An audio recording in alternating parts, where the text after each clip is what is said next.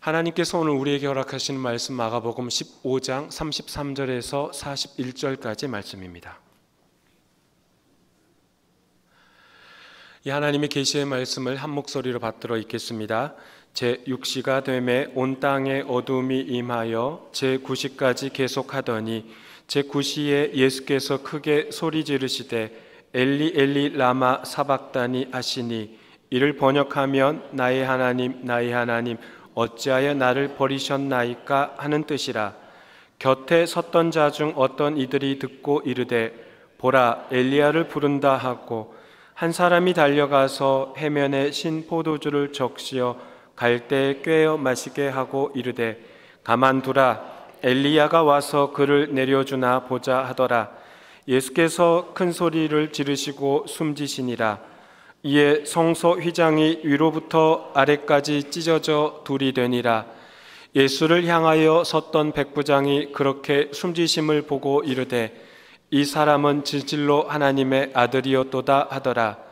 멀리서 바라보는 여자들도 있었는데 그 중에 막달라 마리아와 또 작은 야고보와 요새의 어머니 마리아 또 살로메가 있었으니 이들은 예수께서 갈릴리에 계실 때에 따르며 섬기던 자들이요 또 이 외에 예수와 함께 예루살렘에 올라온 여자들도 많이 있었더라. 아멘. 지금은 자꾸 하셨습니다만 우리나라 코미디 1세대인 구봉서 씨가 있습니다. 구봉서 씨가 장로님이셨던 건 아시죠? 구봉서 구장로님께서 예전에 한번 간증 집회에 왔다는 것을 직접 들은 적이 있는데요. 예수 처음 믿었던 때였답니다.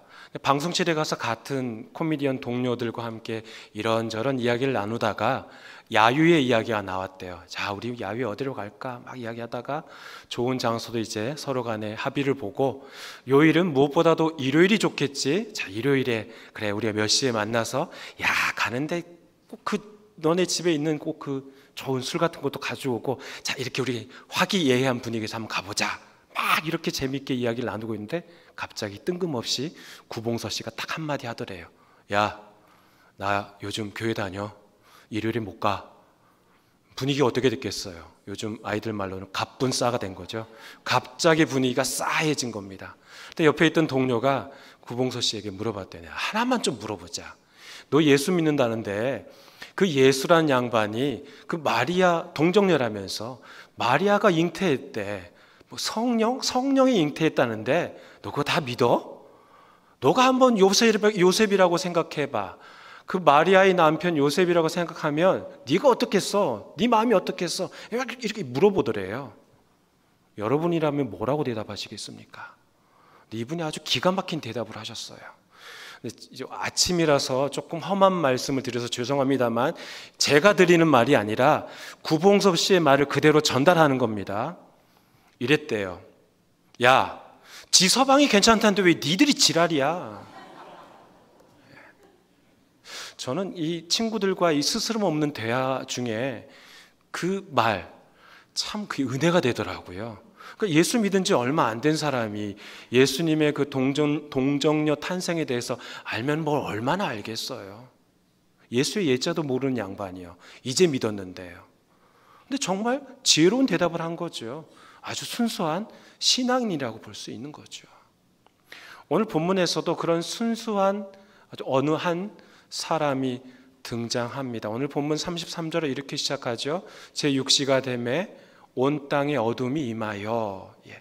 6시, 6시라는 건데요.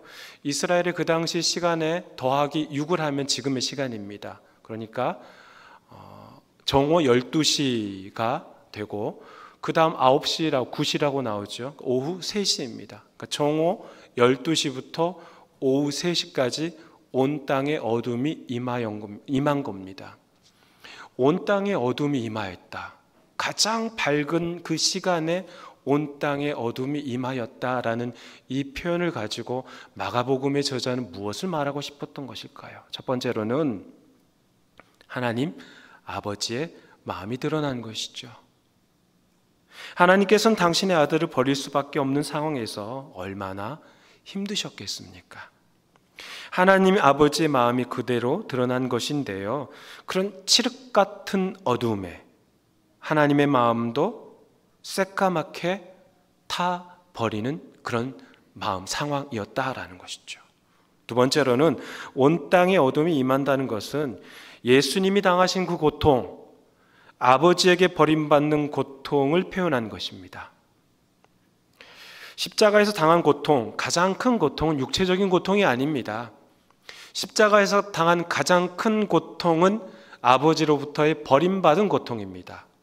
하나님 아버지로부터의 유기당한 그 고통이 가장 큰 고통인 것이죠. 그래서 가장 밝아야 하는 정오에 온 땅의 어둠이 임하는 시간이 장장 3시간 동안 임한 것이죠. 어둠으로 번역된 그 그리스 단어 스코토스는 히브리 성경을 그리스어로 번역한 그 구약 성경에 출애굽기 10장 21절에 흑암으로 나오는 단어와 같습니다. 그 스코토스라는 단어가 출애굽기 10장 21절에 나오는 흑암이라는 단어와 같습니다.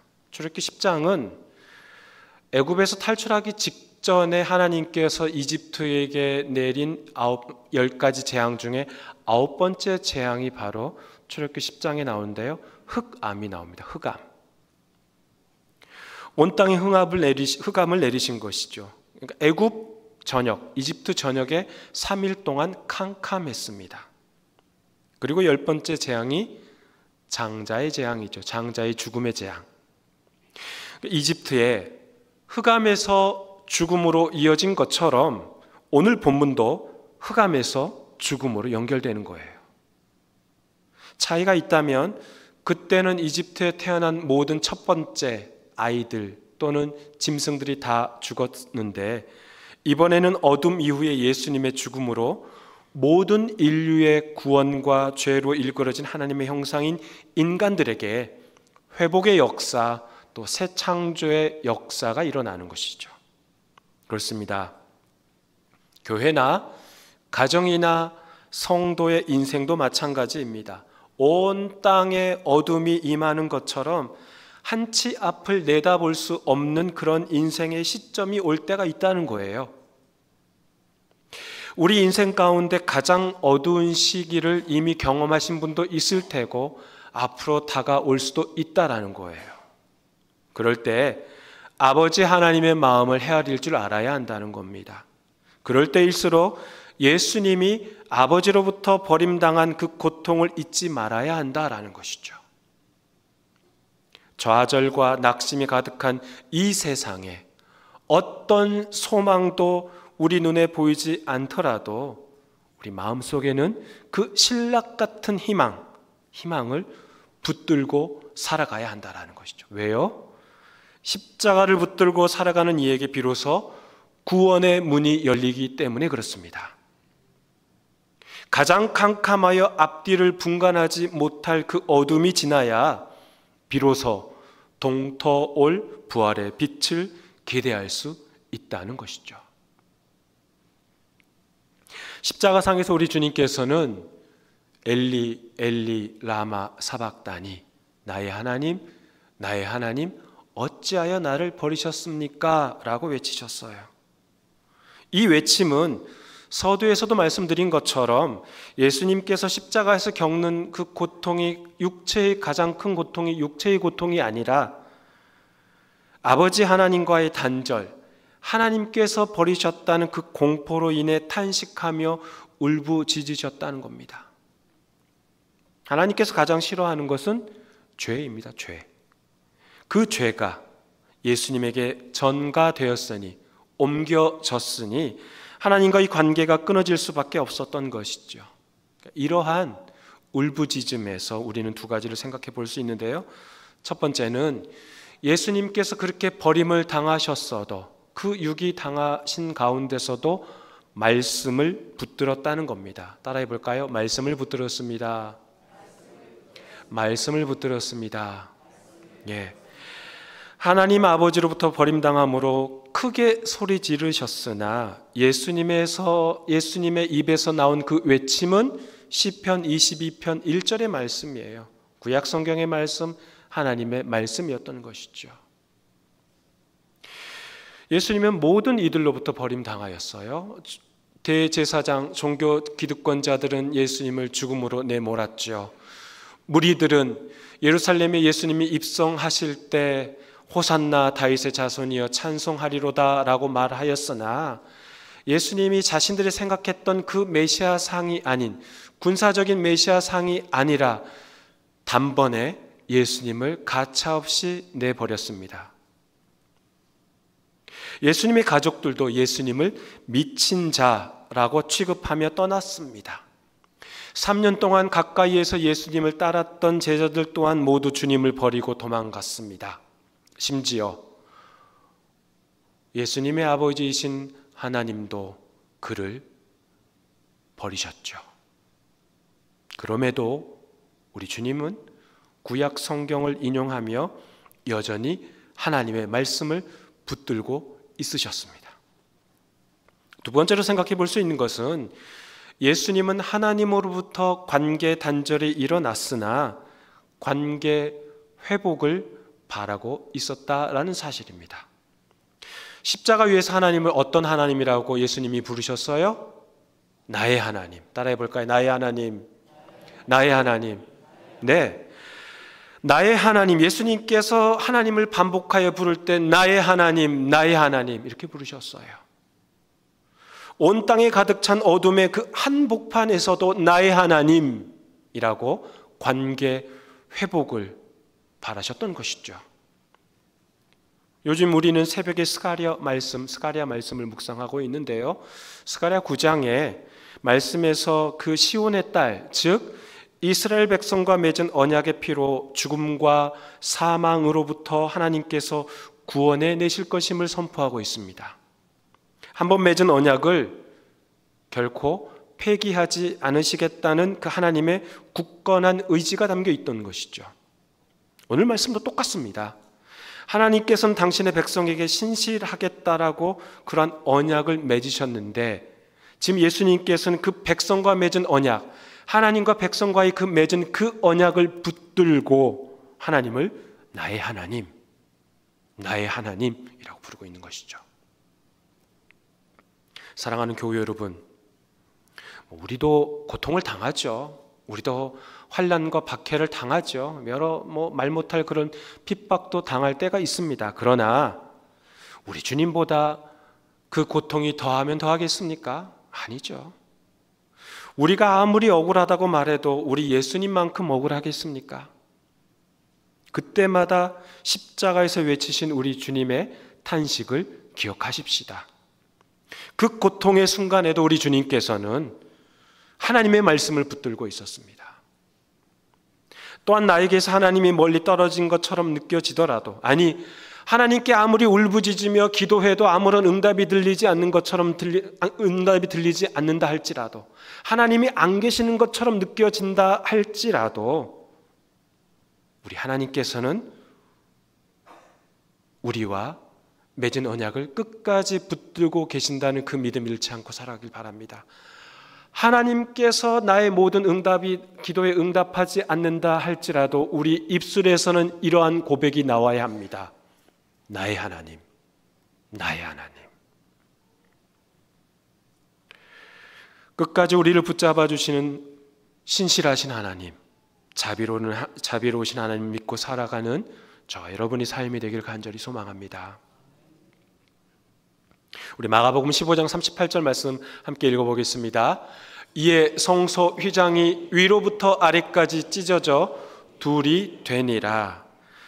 방금 우리가 읽은 본문에서 휘장이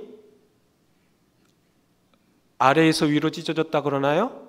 위에서 아래로 찢어졌다고 합니다. 휘장이 뭔가요? 한 장소, 같은 장소를 구분하기 위해 쳐놓은 하나의 막, 가림막이라고 보면 되겠죠. 높이는 한 20m 정도 되고요. 두께는 한 15cm 정도, 거의 한 뼘 정도 되는 15cm 정도 되는 아주 두꺼운 모직입니다. 장정이 양옆에서 아무리 찢으려고 해도 찢어지지 않는 모직이 바로 휘장입니다. 아래에서 위로 찢어졌다면 어떻게 해서든지 간에 뒤에서 양옆에서 장정들이 찢으려고 했다라는 것인데요, 위에서 아래로 찢어졌다는 것은 이건 누가 하셨다는 말이에요? 하나님께서 하셨다는 뜻이죠. 하나님께서 휘장을 찢으셨습니다. 성소와 지성소를 구분하기 위해 쳐놓은 그 가림막 같은 휘장을 쳤던 이유는 하나님과 인간은 다르기 때문에 그렇습니다. 죄로 인해 에덴 동산으로부터 쫓겨난 인간은 결코 하나님께 나아갈 수 없는 존재들이었죠. 지성소에는 하나님의 임재를 상징하는 언약궤가 있습니다. 그래서 성소와 지성소를 구분하기 위해 그 휘장을 쳤는데 1년에 딱 한 번 대속죄의 날에 대제사장만이 그 휘장을 걷고 조심히 지성소 안으로 들어갈 수 있었던 것이죠. 대제사장의 발목에는 방울이 달려 있었어요. 그러니까 그 안에서 대제사장이 제사를 드리고 있는데 방울 소리가 들리면 이 사람이 살아있구나, 계속 제의를 집행하고 있구나 라고 알고 있는 것이고요. 방울 소리가 들리지 않으면 뭐예요? 죽은 것이죠. 하나님의 말씀대로 율법대로 제의를 하지 않으면, 잘못된 제사를 지내면 대제사장이 그 자리에서 죽습니다. 그만큼 위험하고 두렵고 떨리는 장소가 바로 지성소입니다. 그 지성소와 성소를 구분하기 위해 휘장을 쳤는데 그 휘장을 하나님께서 찢어버리신 것이죠. 제가 이제 여러분께 여쭤보겠습니다. 휘장을 찢었으니 지성소와 성소를 명확하게 구분할 수 있을까요? 없을까요? 있을까요? 없을까요? 없어요. 없지요. 대제사장만 들어갈 수 있는 그 지성소에 죄 사함을 받은 자라면 누구나 입장할 수 있게 된 겁니다. 하나님께서 예수님의 십자가의 죽음을 통해 인간에게 그 모든 장소를 활짝 개방하신 것이죠. 인간의 모든 죄를 예수님께서 대신 짊어지시고 죽으셨으니 그 핏값으로 인해 누구나 그 자리에 나아갈 수 있게 된 겁니다. 마가복음 1장 10절을 보면 예수님께서 세례 받으신 장면이 나오는데요, 예수님께서 세례를 받으실 때 하늘이 갈라졌다라는 단어가 나와요. 갈라지다라는 단어와 오늘 본문에 나오는 찢어지다라는 단어가 똑같습니다. 스코토스. 아니요. 갈라지다라는 단어와 찢어지다는 단어가 똑같습니다. 스코토스는 아까 그 어둠이라는 단어고요. 그 하나님께서 예수님께 세례를 받으실 때 하늘이 갈라졌다라고 할 때 그 하늘이 갈라짐을 통해서 하나님께서 그 틈새를 이용하여 이 땅으로 인간의 영역으로 내려오신 것이죠. 똑같습니다. 오늘 본문도 언약궤가 모신 곳 지성소는 하나님의 영역 하늘을 상징하는 것이고요. 그리고 성소는 사람의 영역 땅을 상징합니다. 하늘과 땅을 구분하기 위해 가림막을 쳤는데 그 휘장을 찢어버림으로써 하나님께서 사람의 영역으로 파고 들어오신 것이죠. 예수님의 죽음이 하나님과 인간의 만남을 회복시킨 겁니다. 예수님께서 십자가의 마지막 울부짖을 때 하나님께서 침묵으로 일관하신 것이 아니라 아주 독특한 방법, 뜻밖의 방법, 휘장이 위로부터 아래로 찢으심으로 인해서 반응하신 것이죠. 지금 이 모든 장면을 십자가 아래에서 누가 보고 있었던 거예요? 로마 백부장이 보고 있었습니다. 이름은 알려지지 않은 무명의 이방인 로마 장교가 보고 있었습니다. 이 모든 장면이라 하면 지난주 말씀부터 이어지지만 그 브라이도리온 총독 관저에서 예수를 희롱하면서 채찍질하고 침을 뱉은 그때부터 십자가를 지고 또 구레네 시몬이 십자가를 대신 지기도 하여서 이 골고다 언덕까지 올라온 이 모든 상황, 게다가 지금 예수님은 십자가에 달려 계신 그 모든 상황, 모든 장면을 말하는 겁니다. 마가복음에서는 우리 흔히 예수님께서 십자가에서 7마디 하셨다 그래서 줄여서 한자로 가상칠언이라 그러잖아요.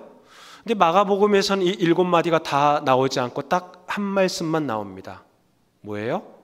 나의 하나님, 나의 하나님, 어찌하여 나를 버리셨습니까? 그 딱 한 말씀만 나오지만 그 십자가 아래에 있었던 로마 장교 백부장은 예수님의 7마디를 다 들으셨을 뿐만 아니라, 다 들었을 뿐만 아니라 십자가 좌우에 달린 강도와의 대화도 다 들었던 것이죠. 주님께서 큰 소리를 지르고 숨지셨을 때 백부장이 어떤 말을 합니까? 39절 말씀 함께 읽어보겠습니다. 예수를 향하여 섰던 백부장이 그렇게 숨지심을 보고 이르되 이 사람은 진실로 하나님의 아들이었도다 하더라. 아멘. 다른 이도 아닌 로마 장교가 예수님을 하나님의 아들이었다라고 고백합니다. 아시다시피 로마의 동전 화폐의 앞면에는 황제의 형상이 새겨져 있고 뒷면에는 황제가 신의 아들이라라는 문구가 있습니다. 그런데 지금 로마인이, 그것도 로마 장교가 황제가 아닌 예수를 하나님의 아들이라고 표현하면 그게 뭐예요? 반역죄이죠. 반역죄. 지금 십자가 아래, 예수님의 십자가 아래 로마 장교 한 사람만 있었습니까? 아니요. 다른 군인들도, 로마 군인들도 함께 있었어요. 그런데 지금 이 백부장만 로마의 황제 시저가 신의 아들이 아니라 이 십자가에 매달린 이 사람이 하나님의 아들이다, 신의 아들이라고 고백한 겁니다. 그는 예수님의 마지막 죽음의 모습을 그 누구보다도 자세히 본 거지요. 주여, 저들은 자기가 하는 죄를 알지 못하나이다. 저들을 용서하여 주소서라는 예수님의 말씀. 또한 예수께서 강도에게 말하죠. 오늘 너는 나와 함께 낙원에 이를 것이다. 여자여 보소서 당신의 아들이니이다. 라는 이런 여러 가지의 말씀을 다 백부장이 들었던 겁니다. 백부장은 그런 예수의 모습을 보고 놀란 것이죠. 그러나 그저 놀라움으로 그친 것이 아니라 예수가 하나님의 아들이라는 그런 엄청난 고백을 한 겁니다. 여러분 한번 생각해 보십시오. 그 백부장, 로마 장교가 고백한 이 십자가에 매달린 사람이 하나님의 아들이다 라는 그 고백 말고 예수에 대해서 더 아는 게 있을까요? 예를 들면 이분이 말씀으로 이 땅을 창조하신 자다라는 것을 알았을까요? 또는 영원 전부터 계신 분이셨고 동정녀를 통해 탄생하신 분이다, 태어나신 분이다 라는 사실을 알았을까요? 몰랐겠죠. 그러니까 우리가 알고 있는 그런 신학적인 지식보다도, 성경적인 지식보다도 알지 못한 사람이 이 로마의 백부장이었어요. 그런데 그는 자신이 본 그 사건을 통해 그러한 신앙 고백을 하게 된 거죠. 십자가에 매달린 이 사람이 하나님의, 진정한 하나님의 아들이다라고 고백한 겁니다. 이 얼마나 순수한 신앙 고백입니까? 3년 동안 예수님과 함께 머물며 따라다녔던 제자들은 모두 예수를 버리고 도망쳤습니다. 이에 반해 백부장이 경험한 시간은 고작 6시간이에요. 이 6시간에 그가 경험한 것을 그 자신의 입으로 고백한 것이죠. 그렇습니다. 예수님으로 인해 변화를 경험하는 데는 시간이 그렇게 중요한 게 아니에요. 3년 동안 열심히 따라다니면 뭐합니까? 다 도망가 버렸는데요. 그러나 6시간이면 예수님을 고백할 수 있는 충분한 시간이 될 수 있다라는 거죠. 십자가 사건을 가장 먼저 또한 가장 가까이에서 경험한 자는 무명의 로마 백부장이었습니다.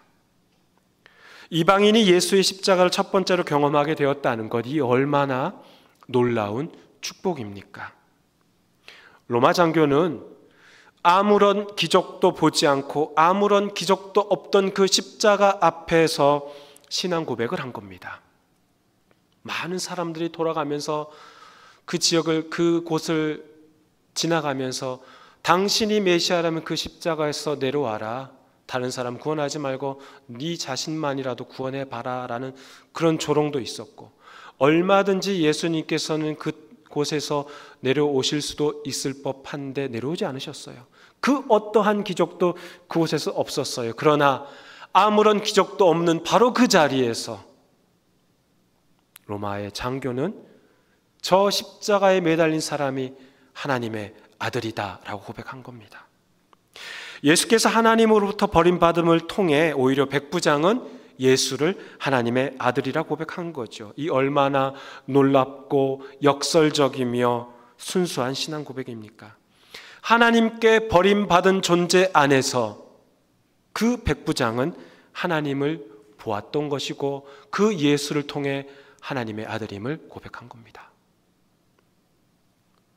사도 바울이 아테네에 갔습니다. 성경에는, 우리말 성경에는 아덴으로 나오죠. 그 아덴으로 가서 그곳에서 그리스인들과 아테네인들과 논쟁을 하며 복음을 전합니다. 아테네인들은 다양한 신을 섬깁니다. 혹시 자신들이 모르던 신도 있을까 봐 그들이 알지 못하는 신을 위한 제단까지도 하나 만들어 놓았어요.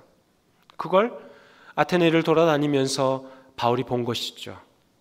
그런 그들에게 바울은 너희들이 알지 못하는 그 신을 내가 너희에게 알게 하겠다라며 하나님에 관해 설명하며 복음을 전파합니다.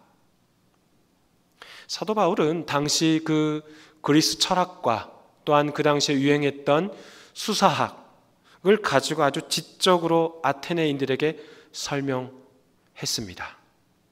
그 결과가 뭐예요? 몇 명 정도만 복음을 받아들이고 바울의 이야기를 다음에 다시 듣겠노라고 아주 관심을 두지 않고 조롱하기까지 합니다. 사도 바울은 아테네에서 복음 전파 이후에 그는 고린도로 이동하여 그곳에 교회를 개척합니다. 이후 고린도 교회 공동체에 보낸 편지에서 다음과 같은 고백을 하는데요. 고린도전서 2장 1절 2절 말씀 함께 읽어보겠습니다. 형제들아, 내가 너희에게 나아가 하나님의 증거를 전할 때에 말과 지혜의 아름다운 것으로 아니하였나니 내가 너희 중에서 예수 그리스도와 그가 십자가에 못 박히신 것 외에는 아무것도 알지 아니하기로 작정하였습니다. 그가 아테네에서 있었던 경험을 이야기하는 거예요. 내가 아테네에서 복음을 설명하려고 말과 지혜와 아름다운 것으로 하였다는 거예요. 그러니까 지적인 언변과 아주 논리 정연하고 게다가 미사 여구까지 사용하면서 복음을 전하려고 애썼는데 그게 다 소용없었다라고 지금 설명하고 있는 겁니다. 이것 가지고는 안 되겠더라라고 후회하고 있는 거예요.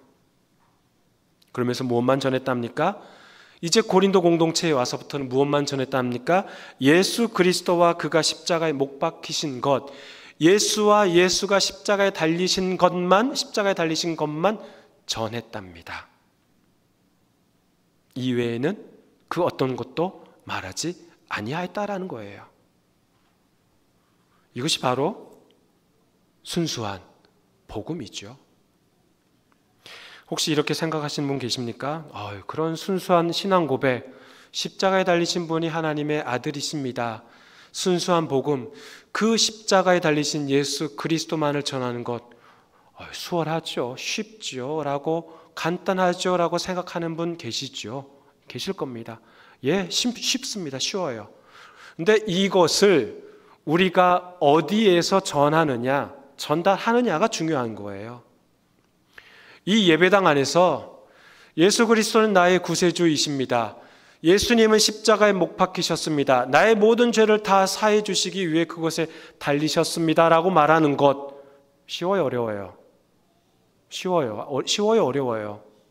쉬워도 엄청 쉬워요. 이 예배당 안에서 그 말하는데 누가 힐난하고 비난하고 조롱하겠습니까? 문제는 어디에서 말하는 게 어렵다는 거예요. 교회 울타리 바깥으로 나가서 사회에서 힘과 크기와 규모를 그 모든 것들을 세상적인 가치관을 두고 살아가는 사회 속에서 말하는 게 어렵다는 거예요. 심지어는 그런 세상적인 지위, 내가 그 한마디로 인해서 나의 세상의 모든 생계 유지할 수 있는 모든 것들을 다 박탈당하는 그런 이슬람 사회에서 선교사가 말하는 것이 그게 더 어렵다는 겁니다. 그런데 그런 고백을 우리 예수님은 하나님의 아들이십니다. 십자가에 달리신 저분이 하나님의 아들이십니다라는 그러한 고백이 이 교회 울타리 안이 아닌 교회 울타리 바깥으로 넘어서서 세상의 가치관을 이겨내며 저항하며 그 자리에서 고백해야 한다라는 거예요.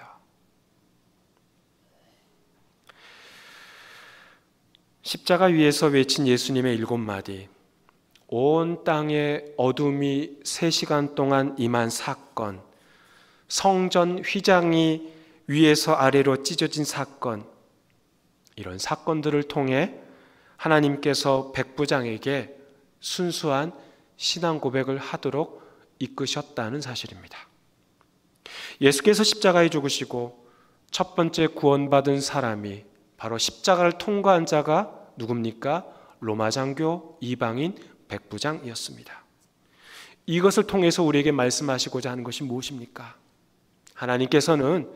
하나님께서 스스로 하시고자 하실 일들을 다 하실 수 있다라는 거예요. 하나님께서는 구원받은 백성으로 삼겠다 말씀하시는 다 구원받게끔 하시겠다는 거예요. 하나님께서 당신이 선택하신 유대인뿐만 아니라 로마인, 헬라인, 중국인, 일본인, 남한 사람, 북한 사람 모두 다 만드시겠다, 구원받으시겠다고 하시겠다면 다 하실 수 있다라는 겁니다. 스가랴 9장에서도 하나님의 활동하심을 보고 두려움했던 블레셋 사람들이 나옵니다. 그 블레셋 사람들을 유다의 한 지도자와 같이 되게 하겠다고 주님께서 선포하셨습니다.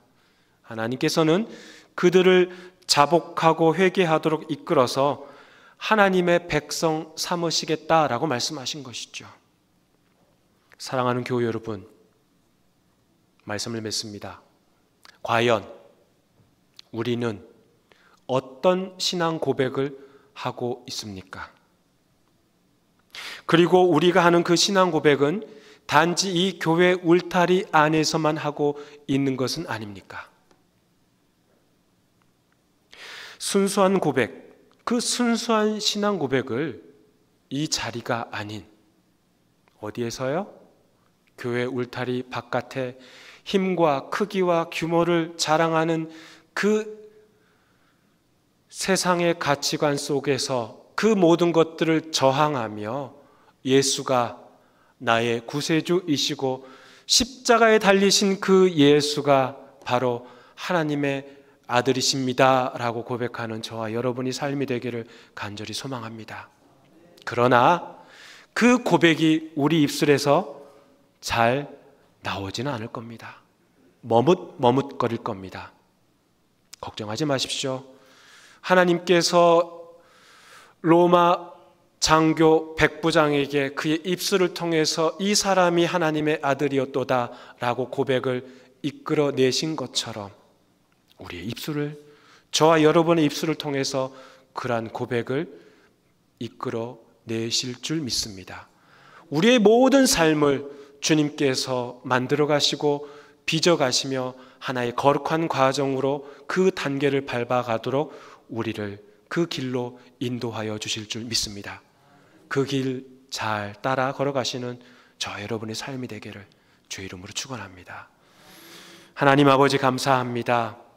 부족하고 미천한 저희들이 무엇이간데 하나님의 자녀 삼아주시고 또한 우리의 입술을 통하여 아버지 하나님을 찬양케 하여 주셨습니까? 하나님, 아무것도 모르던 그 6시간 동안만 봐왔던 예수의 십자가에 달린 그 장면을 통해서 십자가에 매달린 자가 바로 하나님의 아들이라라는 고백을 이끌도록 주님 만들어 가셨습니다. 하나님, 우리 또한 그러한 고백을 이 예배당 안에서뿐만 아니라 이 교회 울타리 바깥에서 힘과 크기와 규모를 자랑하는 그 세상의 가치관에 저항하며 담대히 선포하는 자들로 우리를 삼아 주시옵소서. 예수님의 이름으로 기도하옵나이다. 아멘.